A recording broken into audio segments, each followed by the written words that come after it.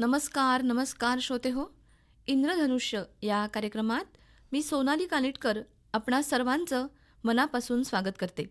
श्रोते हो, समाजात आपण सध्या बघतोय की माणूस स्वतःच्या कोशात अडकलाय. माझी नोकरी, माझं घर, माझा संसार, माझी आवडनिवड याच्या पलीकडे सहसा कोणी बघत नाहीये. पण श्रोते हो, त्याचबरोबरीनं अशी माणसंसुद्धा आपण समाजात बघतो की समाजाचं देणं म्हणून अतिशय संवेदनशीलतेनं ती सामाजिक कार्य करत असतात.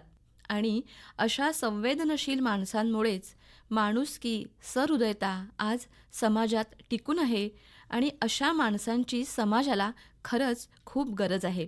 श्रोते हो, आज आपण अशाच एका संवेदनशील सामाजिक कार्यात स्वतःला झोकून देणाऱ्या रत्नागिरी इथल्या जाणीव फाउंडेशनचे अध्यक्ष महेश गर्दे यांना आमंत्रित केलं आहे. गर्दे सर, आकाशवाणी रत्नागिरी केंद्राच्या स्टुडिओत आपलं स्वागत आहे. नमस्कार. गर्दे सर, सामाजिक कार्याची आवड किंवा कुठलीही आवड माणसाला एकदम निर्माण होत नाही. त्याच्यासाठी त्याचं मूळ कुठेतरी रोवलेलं असतं. कदाचित ते आपल्या लहानपणाच्या संस्कारात पण असू शकतं. तर मला जाणून घ्यायला आवडेल की तुम्ही आता जे सामाजिक कार्यात आहात ह्याचे मूळ संस्कार तुमच्या लहानपणापासून होतं की तुम्हाला कधी जाणीव झाली आपण सामाजिक काम केलं पाहिजे ह्याची? नक्कीच. माझा जन्म रत्नागिरीमध्ये झाला, परंतु माझं बालपण सगळं पोचरी या गावी झालं आणि पोचरी या मराठी शाळेमध्ये माझं शिक्षण झालं. तिथून मी जाकादेवी हायस्कूलमध्ये माझं माध्यमिक शिक्षण झालं आणि तिथून नंतर मी रत्नागिरीमध्ये बबनराव पटवर्धनांच्या हॉटेलमध्ये मी कमवा आणि शिका ह्या बेसिसवरती मला त्यांनी रत्नागिरीमध्ये आणलं. ह्या मध्यंतरीच्या काळामध्ये माझे जे शिक्षक होते सुशील जाधव गुरुजी यांच्या संपर्कातून मला अनेक शाळेच्या उपक्रमांमध्ये काम करण्याची संधी मिळाली आणि जेव्हा मी रत्नागिरीमध्ये आलो, जेव्हा कॉलेज करत असताना काम करून मी कॉलेज करत होतो. बबनराव पटवर्धनांच्या माध्यमातून माझे जे मार्गदर्शक आहेत आणि त्यांच्या माध्यमातून मला वेगवेगळ्या सामाजिक ह्याच्यामध्ये येण्याची मला एक आवड निर्माण झाली आणि तिथून नंतर मग माझे जे शिक्षक होते त्यांच्याबरोबर आम्ही असं ठरवलं की आपण तरुणांनी काहीतरी एकत्र येऊन काहीतरी करावं. एक आवड निर्माण होते त्यावेळेला आम्ही एक नाटकाचे शो करायला सुरुवात केली. आवड होती, सगळेजण एकत्र यावं, काहीतरी करमणुकीचा कार्यक्रम चांगले चांगले करावे म्हणून वेगवेगळ्या गावांमध्ये आमचे नाटकाचे शो झाले आणि त्या शोमधून सुरुवात झाल्यानंतर आमच्याकडे एक काही कालावधीनंतर असं काहीतरी वाटायला लागलं की आम्हाला काहीतरी एक रक्कम मिळायला लागली आहे. मग त्या रकमेचं काय करायचं? अशा वेळेला ज्यावेळेला आमच्या समोर एक प्रश्न आला की सुरुवात झाली आहे, भले ₹1000 आहेत, पण ती काय करायची? कशा पद्धतीनं करायचं? तर माझे जे गुरुजी होते, माझे मार्गदर्शक सुशील जाधव गुरुजी यांनी असं सांगितलं की आपण याच्यातनं एक समाजोपयोगी उपक्रम आपण राबवायला सुरुवात करूया आणि मग आम्ही शाळेला शैक्षणिक साहित्य देण्याची सुरुवात आमची तिथून झाली. हे आम्ही 2007 पासून पुढे सगळं चालू केलं आणि मग 2011ला आम्ही आमच्या संस्थेकडे वाटचाल चालू केली की स्थापना करायची ह्या दृष्टिकोनातून आम्ही सुरुवात केली. पण मग जाणीव फाउंडेशन हे तुम्ही 2011ला सुरू केलं. त्याच्या मागची प्रेरणा काय होती? असा काही प्रसंग घडला म्हणून तुम्ही हे फाउंडेशन निर्माण केलं का तुम्ही आधीपासून जे काम करत होतात त्या कामालाच जाणीव फाउंडेशन हे नाव देऊन तुमचं काम पुढे चालू ठेवलं?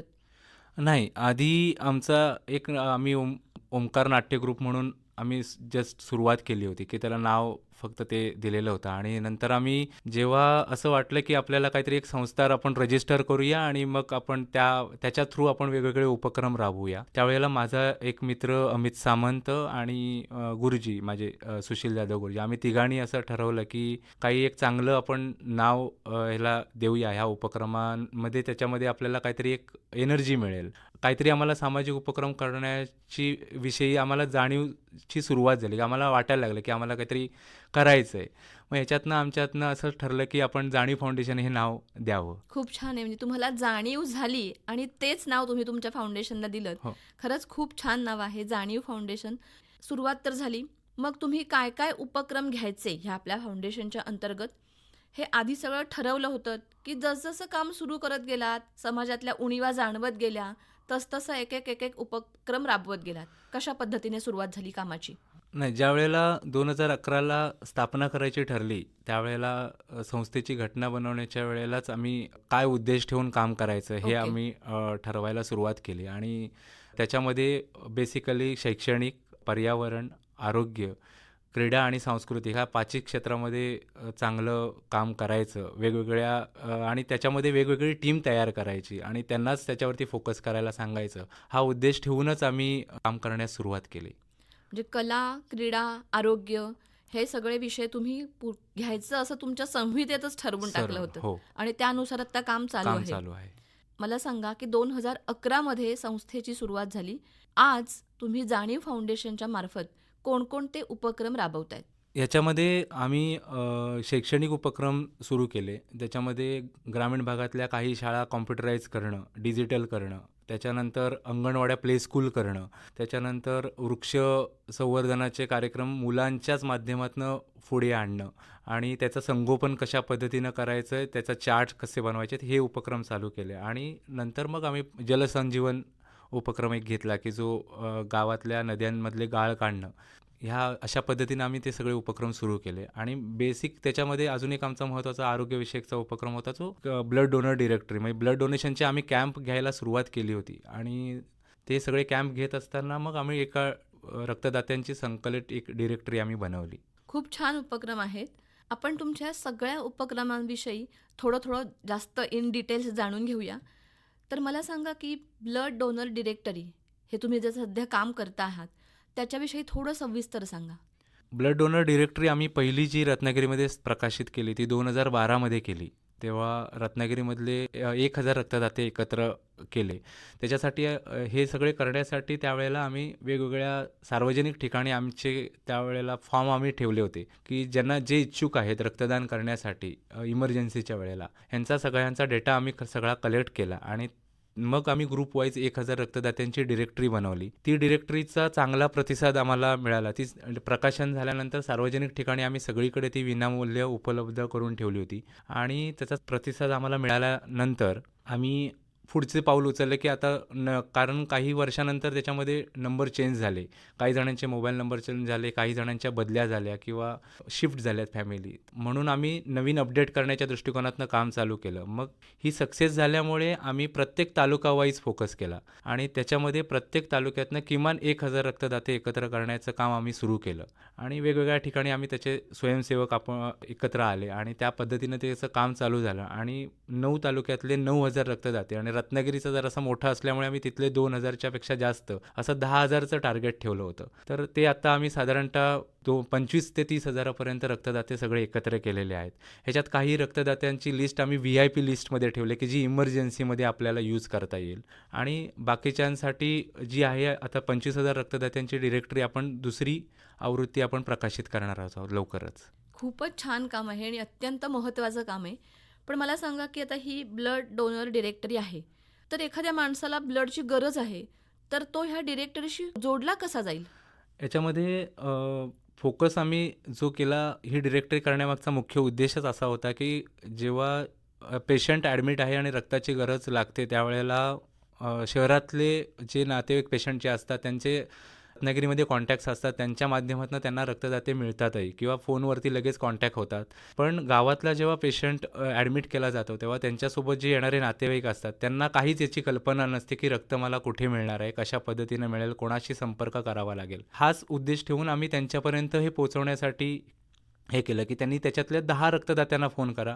100% तुम्हाला चांगला रिस्पॉन्स मिळेल. त्याच्यातले 2-4 रक्तदाते तुमच्यापर्यंत लगेच इमिजिएटली पोहोचतील. पण अशी 10 रक्तदात्यांपर्यंत त्यांना फोन करण्याची वेळच येत नाही. जे पहिल्या 4 कॉल करतात ते त्याच्यातलेच लगेच उपलब्ध होतात. आणि ही आम्ही सुरुवात करून सार्वजनिक ठिकाणी सगळ्या ठिकाणी आम्ही ते उपलब्ध करून ठेवली. ओके. म्हणजे सगळ्या हॉस्पिटल्समध्ये वगैरे ही उपलब्ध आहे उपलब्ध आहे. डिरेक्टरी. हो. ओके. आणि असा उपयोग म्हणजे त्या डिरेक्टरीचा उपयोग करून घेऊन आत्तापर्यंत किती लोक तुमच्याशी अप्रोच झाले, काय? 2012ला पहिली डिरेक्टरी केली तेव्हा त्याच्यानंतर आम्हाला खूप चांगला प्रतिसाद मिळाला. म्हणजे डिरेक्टरी प्रकाशन झाल्यानंतर सुद्धा रक्तदाते जे इच्छुक आहेत त्यांनी आमच्याकडे लिस्ट आम्हाला दिली की आमचंही नाव नंतरच्या डिरेक्टरीमध्ये ॲड करा. आम्हीही अशा वेळेला नक्की रक्तदान करण्यासाठी तयार आहोत. तर म्हणून मग आम्ही पुढचं पाऊल उचललं की आम्ही प्रत्येक तालुका वाईज फोकस करायचं आणि तिथलाच डेटा जेव्हा तिकडनंच पेशंट इकडे येणार आहे तेव्हाच ते त्या तयारीनंच तो असेल की आपल्याला हे लागणार आहे. कारण त्याला आता एवढी पुढची ॲडव्हान्स टेक्नॉलॉजी आली की त्यांना अगोदरच तिकडच्या लोकल डॉक्टर असतील किंवा त्यांनी सांगितलेलं असते की भविष्यात याला पुढे रक्ताची गरज लागेल. त्याच पद्धतीनं त्यांनाही प्लॅनिंग करणं सोपं जाईल. अशा उद्देशानंच आपण हे केलं आहे. आणि आता आपण अजून एक नंबर, मोबाईल नंबर असा एक फ्रीमध्ये सगळ्यांसाठी ठेवतो आहे, की त्याच्यावरती आणि त्याच्याबरोबर एक सॉफ्टवेअर डेव्हलप करतो आहे, की पेशंटच्या नातेवाईकांनी त्या नंबरला कॉल केल्यानंतर WhatsAppवरतीच त्यांना 10 ते 15 जणांचा लिस्ट त्या जो रक्तगट लागणार आहे त्या रक्तगटाची लिस्ट त्यांच्या मोबाईलला इमिजिएट त्यांना मिळून जाईल. हा नंबर तुमचा झालाय की अजून भविष्यात हा होणार आहे? भविष्यात आत्ता येणारा उपक्रम आहे. ह्या ओके. वर्षात म्हणजे आपण तो अजून पूर्ण तुम्हाला हा नंबर मिळाला नाहीये. नाही. खूपच छान आणि स्तुत्य उपक्रम आहे हा. अजून तुम्ही मगाशी म्हणालात की अंगणवाड्यांचं प्ले स्कूल आम्ही करतोय. म्हणजे नक्की काय करताय? अंगणवाड्यांचं प्ले स्कूल हा एक आम्ही वेगळा उपक्रम अशा पद्धतीने घेतला, की जेव्हा आम्ही काही ग्रामीण भागामध्ये काम चालू होतं आमचं. ग्रामीण भागातल्या ज्या अंगणवाड्या आहेत ह्या भौतिकदृष्ट्या सक्षम नाही आहेत. तिथे काय आपण कमी पडतोय, म्हणजे जेव्हा आम्हाला असं कळलं, की रत्नागिरी शहरामध्ये जी प्ले स्कूल्स आहेत, मग प्रायव्हेट्स असतील किंवा अन्य कुठलीही असतील, तर ती चांगली सक्षम आहेत आणि तिथे असणारी 2-2.5 वर्षाची मुलं चांगल्या प्रकारे डान्स करू शकतात, चांगल्या प्रकारे गाणी म्हणू शकतात. मग ग्रामीण भागातल्या ज्या अंगणवाडीमध्ये मुलं जी शिक्षण घेत आहेत ती 3 वर्षाची मुलं आहेत, मग ती का कमी करू शकत नाहीत? हा आमच्यासमोर प्रश्न पडला आणि मग आम्ही त्याच्यात असं ठरवलं, की आपण तशीच प्ले स्कूल मध्ये कन्व्हर्ट केलं. थोडंसं त्याला ॲडव्हान्स टेक्नॉलॉजी आपण सगळी मिळवून दिली. मग आम्ही आणि जांभरुण गावातल्या ज्या अंगणवाडी आहेत त्या अंगणवाड्यांतल्या सेविकांना एकत्र आणलं आणि त्यांना रत्नागिरीतली जवळजवळ 5 ते 6 प्ले स्कूल्स सगळी दाखवली आणि त्यांनाही वाटलं, की नाही हे होऊ शकतं. अशा पद्धतीने झालं तर 100% आपल्याकडे चांगला रिझल्ट मिळेल. ते त्यांना दाखवल्यानंतर आम्ही प्रायोगिक तत्वावरती तिथे लगेच 2 अंगणवाड्या लगेच सुरुवात केली आणि त्याचं उद्घाटन वगैरे सगळं चांगल्या पद्धतीनं हे झालं आणि डिजिटल पूर्ण आम्ही केली, की तिथे प्रायव्हेट प्ले स्कूलमध्ये ज्या सुविधा आहेत त्या सगळ्या आपल्या अंगणवाडीमध्ये आम्ही सुविधा दिल्या. खूप चांगलं वातावरण निर्मिती झाली. हे सगळं एका अंगणवाडीचं आम्ही जेव्हा पूर्ण तयारी केली तेव्हा ऑटोमॅटिकली गावातल्याच सगळ्या लोकांचा रिस्पॉन्स आम्हाला चांगला मिळाला, की आमच्या मुलांसाठी आम्ही काहीतरी करतो आणि अशा माध्यमातून आमचं काम ते मोठ्या प्रमाणात चालू झालं. ह्या अंगणवाडीमध्ये आम्ही LED स्क्रीन देतो, म्युझिक सिस्टीम सगळी देतो, त्याच्यानंतर वॉटर प्युरिफायर देतो. सगळ्या गाणी जे व्हिडिओज आहेत, आता लहान मुलांना जी गाणी शिकवली जातात अंगणवाडीमध्ये, जी अंगणवाडी सेविका आहेत त्या जी गाण्याची चाल देतील किंवा त्या जे समोर गाणी शिकवतील त्याच पद्धतीने ती शिकली जातात. तर त्याच्यापेक्षा आम्ही ही समोर गाणी त्यांना लावल्यानंतर त्यांना त्याची चाल परफेक्ट कळते, की कशा पद्धतीने हे गाणं म्हटलं जातं, त्याचं म्युझिक काय आहे, ह्या सगळ्या गोष्टी त्यांना कळतात आणि त्याच्यामध्ये आम्ही मग म्युझिक सिस्टीम त्यांना सगळे ऑडिओ ट्रॅक आम्ही दिले, DVDs. आता DVDs नंतर आम्ही पेन ड्राईव्ह अपडेट करून द्यायला लागलो त्यांना आणि सगळ्या स्टोरीज आणि सगळी सॉंग्स वगैरे सगळे म्युझिक सगळ्या टाईपमधले त्यांना म्युझिकचे हे दिलेत. बाकीच्या सगळ्या साधनसामुग्री त्याच्यामध्ये प्ले स्कूलमध्ये पूर्ण अंगणवाडी पेंटिंग आम्ही करून देतो चांगल्या पद्धतीनं आणि जी खेळणी आहेत ते खेळणींमध्ये सगळ्या प्रकारची जी प्ले स्कूलला त्या मुलांना 3 वर्षाच्या मुलांना जी आवश्यक असणारी सगळी खेळणी आहेत, ही खेळणी आम्ही पहिल्या अंगणवाडीमध्ये सगळी दिली. चप्पल स्टँडपासून सगळ्या गोष्टी त्यांना प्रोव्हाइड केल्या, मॅटिनपासून सगळ्या गोष्टी. हे जेव्हा सुरुवातीला आम्ही सगळ्या आमच्या संस्थेच्या माध्यमातून सगळं झालं, नंतर आव्हान आम्ही रत्नागिरीतल्या नागरिकांना केलं, संस्थांना केलं, नागरिकांनाही केलं. तेव्हा त्याच्या माध्यमातून ज्या लोकांकडे जी खेळणी एक्स्ट्रा पडून आहेत, ही चांगल्या सुस्थितीत आहेत, ती सगळी आम्ही एकत्र करण्याचं काम चालू केलं आणि त्या खेळण्यांचं सॉर्टिंग करून आम्ही त्या अंगणवाड्यांना देण्यासाठी सुरुवात केली. मग आम्ही काही संस्थांनाही आवाहन केलं, की तुम्हाला ॲक्टिव्हिटी करायची आहे तर तुम्ही अशा पद्धतीची ॲक्टिव्हिटी करू शकता. तुम्हीच तुमच्या ह्या एका अंगणवाडीला सगळ्या वस्तू आणा आणि त्याच पद्धतीनं तुम्ही ही अंगणवाडी प्ले स्कूलमध्ये कन्वर्ट करा. कसा प्रतिसाद मिळाला खूप चांगला प्रतिसाद आहे आणि त्यांच्यासाठीही ह्या गोष्टी सगळ्या नवीन होत्या आणि सगळ्या वस्तू रूपातच सगळं करायचं असल्यामुळे खूप चांगल्या पद्धतीनं ते हे झालं आणि त्याचं बजेटही फार कमी एकदम होतं. आता तुम्ही सगळं हे इन्फ्रास्ट्रक्चर उपलब्ध करून दिलं, म्हणजे ट्रॅक, CD, DVD, पण हे ऑपरेट करणं अंगणवाडी सेविकांना तुम्ही शिकवलत का प्रॉपर? हो, आमच्या संस्थेचं एक मेंबर ह्या सगळ्या गोष्टी पूर्ण शिकवून त्यांना पूर्ण ट्रेनिंगच आम्ही देतो. नवीन ॲडव्हान्स जर काय लागणार असेल तर त्या पद्धतीने त्यांना हे अपडेटही करून देतो. खूप छान. आत्तापर्यंत अशा किती अंगणवाड्या तुम्ही प्ले स्कूलमध्ये कन्व्हर्ट केल्यात? 5 अंगणवाड्या आत्ता झाल्यात. हां. आता नवीन याच्यामध्ये आम्ही आता ज्या अंगणवाड्यांची स्थिती चांगली आहे अशाच अंगणवाड्यांना आत्ता पहिला आम्ही फोकस केला आहे. ह्याच्यामध्ये जे तिथल्या गावातली लोक जी इच्छुक आहेत तिथे पहिलं सुरू करतोय. बरोबर आहे, तुम्ही कराल ठीक, पण गावातल्या लोकांचा प्रतिसाद हा खूप महत्त्वाचा आहे. हो. मग तो आता आपल्या मुलांचं भलं होणार आहे ह्या दृष्टीने मिळतच असेल. मग त्या लोकांना जास्तीत जास्त सामावून घेता का तुम्ही ह्या सगळ्या प्रक्रियेत? गावातले लोकं, विद्यार्थ्यांचे पालक? हां, ह्याच्यामध्ये आम्ही अटच अशी ठेवलेली आहे, की 50% तुमचा तिथे पूर्ण सक्रिय सहभाग पाहिजे आणि 50% आमचा राहील, ह्या पद्धतीनं. आणि जे स्वयंसेवकाच्या दृष्टिकोनातनं करायचं ते 100% तुमचा प्रतिसाद आम्हाला तिथे पाहिजे. ह्याच्यामध्ये जो कलर काढायचा आहे किंवा अन्य काही स्ट्रक्चरल करायची असेल, साफसफाई असेल, सगळ्या गोष्टी असेल, ह्या गावातल्या लोकांकडनंच आम्ही तिथल्या तिथे करून घेतो. आपण आज एक असं समाजात बघतोय, की आपली जी तरुण पिढी आहे, ती चंगळवादी कुठेतरी बनत चालली आहे. म्हणजे त्यांना सामाजिक जाणीव वगैरे ह्या गोष्टींची काही जाणीव नाही आहे. आपल्या आपल्या विश्वात असतात, हातात मोबाईल असतो, व्हिडिओ बघ, गाणी ऐक. पण हे सगळं तुम्ही जे काम करताय, ह्याच्यात अधिकाधिक तरुण लोकांनी येणं ही आज काळाची गरज आहे. मग अशा लोकांशी तुम्ही ॲप्रोच होता का गावात जाऊन, की हे आमची संस्था आहे, आपण काम करूया, आम्ही करतो, तुम्ही आमच्यासोबत या. असं तुम्ही तरुणांना येण्यासाठी काही काम करता का? किंवा करत असाल तर त्यातला तुमचा अनुभव कसा आहे? खूप चांगला आहे. सुरुवातीला 2 ते 3 वेळा आम्हाला त्यांच्याकडे व्हिजिट करावी लागते. हं. वेगवेगळ्या गोष्टींवरती आम्ही पहिली चर्चा करतो त्यांच्याबरोबर, संवाद साधतो आणि त्याच्यानंतरच याच्यामध्ये त्यांनाच आम्ही एखाद्या उपक्रमामध्ये त्यांच्याच गावामध्ये एखादा उपक्रम केल्यानंतर त्यांनाच त्याच्यामध्ये पुढाकार घ्यायला सांगतो. त्याच्यामुळेच त्यांना त्याच्यामध्ये एक आवड निर्माण होते. ह्याच्यामध्ये आम्ही एक नवीन असा उपक्रम घेतला, की त्या गावातल्या तरुणांना एकत्र कुठेतरी त्यांच्याच वाडीमध्ये आणायचं आणि आठवड्यातला एक वार कुठलातरी ठरवतो आम्ही आणि जो शनिवार, ज्या गावात शनिवार सुटेबल आहे तिथे शनिवार आम्ही करतो. गुरुवार असेल तिथे गुरुवार करतो आणि तिथे 1 तास आम्ही नवीन विषयांवरती चर्चा करण्यासाठीच त्यांना एकत्र केलं आहे, की गेल्या आठवड्यात तुम्ही काय नवीन शोधलत? आपण काय नवीन बघितलं आहे? ह्याच्यावरती फक्त नुसती चर्चा करायची आहे. ह्याच उद्देशानं त्या तरुणांमध्ये ती सामाजिक उपक्रम करण्याची एक आवड निर्माण होते आणि ह्याचा आम्हाला खूप चांगला प्रतिसाद आहे. ह्याच्यामध्ये ज्या मुलांना आम्ही एकत्र आणतो, त्याच्यामध्ये आत्ताची जी मुलं आहेत, हे सगळे व्हिडिओ Facebookवरती किंवा सोशल मीडियावरती जे रील्स आत्ता बघवण्यात वेळ वाया घालवत आहेत. तर ह्यांचा एक आम्ही वेगळा ग्रुप बनवतोय आत्ता सगळ्यांना आणि त्यांना सांगतो की तुम्ही जे सोशल सक्सेसर आहेत किंवा याच्यामध्ये चांगल्या काही ठिकाणी उपक्रम झालेले आहेत, असे त्यांना व्हिडिओज आम्ही बघायला त्यांना लिंक शेअर करतोय आणि त्यांनाही सांगतो की तुम्ही नवीन शोधून आम्हाला तुम्ही ह्या ग्रुपवरती तुम्ही अपडेट करा. तर ह्याविषयी खूप आम्हाला आता चांगला प्रतिसाद आहे आणि हे त्यांना आम्ही टार्गेटच दिलेलं आहे की तुम्ही कोणते कोणते व्हिडिओज बघितलेले आहेत हे सगळं तुम्ही सगळ्यांशी शेअर करा आणि प्रत्येकाला आम्ही त्याच्यामध्ये प्लॅटफॉर्म देतो की तुम्ही प्रत्येकाने ह्या विषयावरती बोलायचं की मी काय बघितलं आणि कशा पद्धतीनं आपण त्याच्यावरती ॲक्टिव्हिटी करू शकतो. भले ती छोट्या पद्धतीची असेल पण ती करणं गरजेचं आहे. ह्याच्यामध्ये खूप बदल आम्हाला जाणवतोय तरुणांमध्ये की त्यांच्यामध्ये एक ती इच्छा निर्माण होते की काहीतरी आपण करू शकतो. ही खूपच चांगली गोष्ट आहे. म्हणजे तुम्ही तुमचा WhatsApp वापरा, रील्स बघा, पण त्याचबरोबरीने हे पण बघा आणि ठरवा, हो, की हे चांगलं आहे का हे चांगलं आहे. 20-25 मुलं बघत असतील त्यातली 5 तरी चांगल्या कामात नक्कीच येतील. नक्की, आपण नक्की. अशी आशा करूया. सर, कोरोना काळात तुमचं काम खूप वेगवेगळ्या पद्धतीने तुम्ही केलंत. आम्हाला त्याच्याविषयी सुद्धा थोडंसं जाणून घ्यायला आवडेल.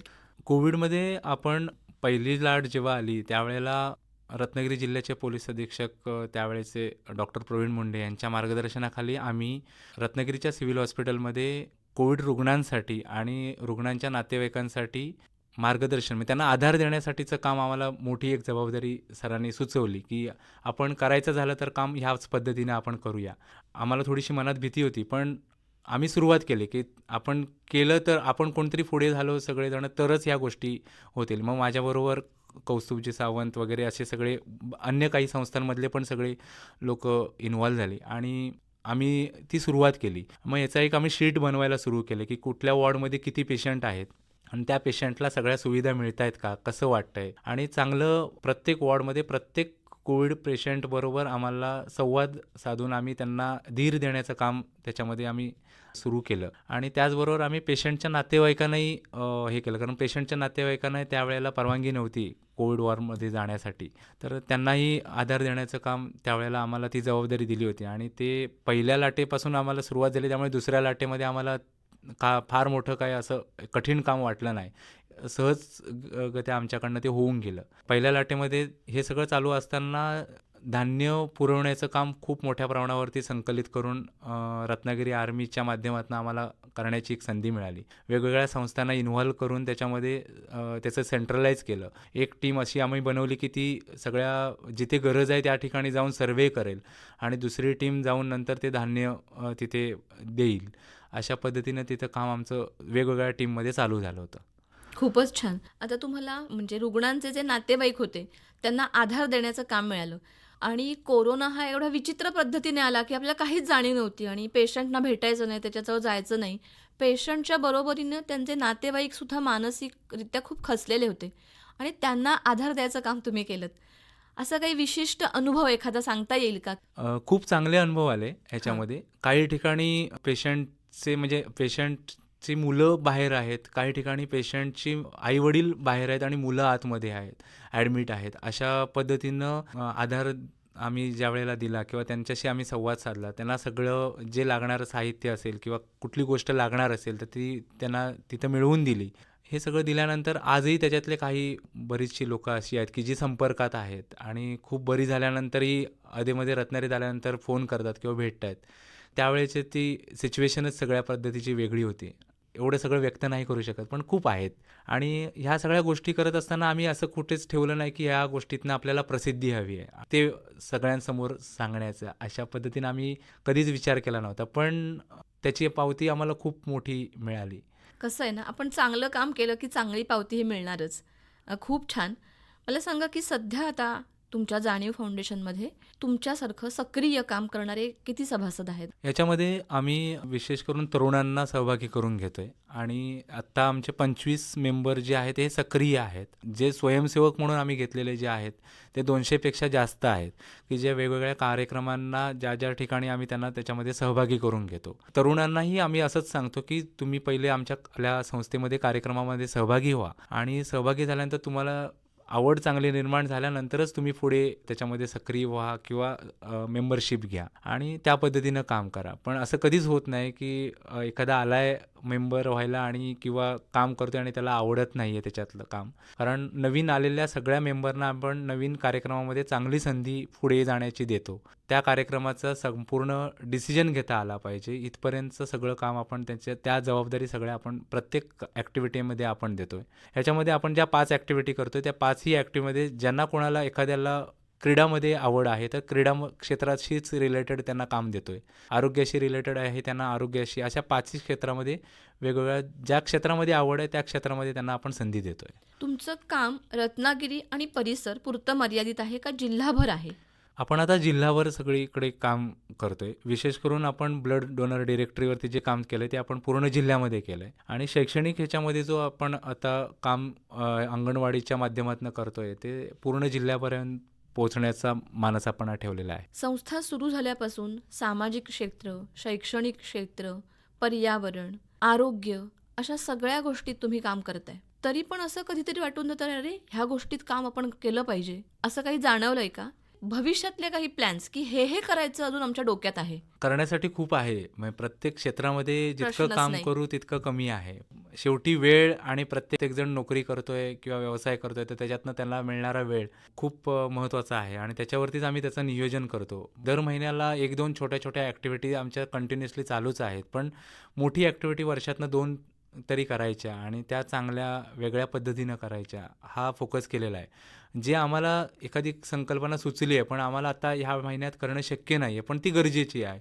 मग ही आम्ही दुसऱ्या संस्थेला सुचवतो की आता हा उपक्रम करणं गरजेचं आहे आणि हा चांगला आहे. अशा ज्या संस्था जोडलेल्या सगळ्या आहेत तर त्यांच्यापैकी कोणालाही आम्ही करण्यासाठी सुचवतो आणि ते करतातही. एका शाळेमध्ये सायन्स इक्विपमेंटची गरज होती आणि सायन्स इक्विपमेंटचा प्रोजेक्ट करणं आम्हालाही त्यावेळेला शक्य नव्हतं. त्यावेळेला एका आम्ही संस्थेशी संपर्क केला आणि त्या संस्थेच्या माध्यमातून ती ॲक्टिव्हिटी पूर्ण केली गेली. काही ठिकाणी आरोग्य शिबिरची गरज होती आणि त्यावेळेला काही संस्थांना आम्ही तोही अप्रोच केला होता. तर त्या पद्धतीनं ते कार्यक्रम झालेले आहेत.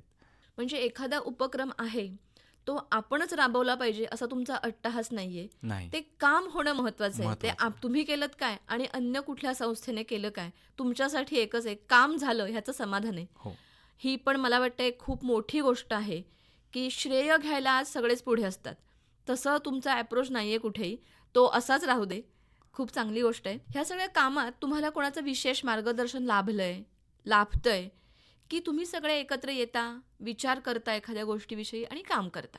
ह्याच्यामध्ये आम्ही जेव्हा नवीन उपक्रम राबवायचे आहेत, तेव्हा आम्ही पहिल्यापासूनच असं ठरवलेलं आहे, की प्रत्येकाने ह्या विषयावरती आपल्या आठवड्यातला 1 दिवस असा द्यायचा, की 1 दिवसातले काही तास द्यायचे आणि आपण आपल्या संस्थेच्या माध्यमातून काय नवीन उपक्रम राबवू शकतो, ह्याच्यावरती विचार करायचा. या प्रत्येक मेंबरला ही जबाबदारी दिलेली आहे आणि त्यांनी ती त्या सगळे एकत्र आल्यानंतर आपण चर्चा करायची. हे आम्ही आमच्या मेंबर्सना सक्तीचंच केलेलं आहे. त्याच्यामुळे नवीन उपक्रम प्रत्येकाच्या माध्यमातून काहीतरी सुचवले जातात आणि त्याच्यावरती मग आम्ही विचार करून आम्ही पुढचं पाऊल ठरवतो, की कशा पद्धतीनं तो उपक्रम करायचा आहे.